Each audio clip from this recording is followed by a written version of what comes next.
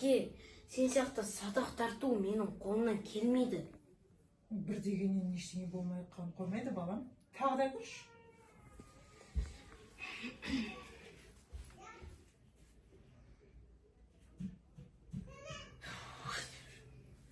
Әке, мен сен сияқты мерген бола алмасам, ұятқа қалам ғой. Оның ұялатын несі бар? Мерген болу парыз емес қой.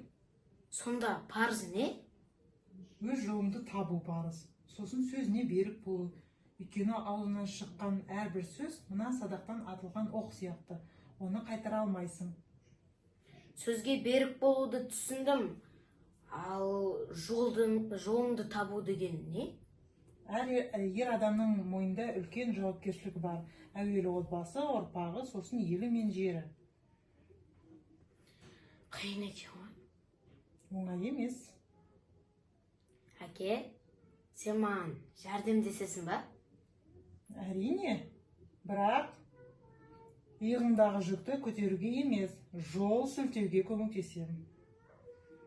Рахмет, әке. Қане, тағы бір тартып көрейікші.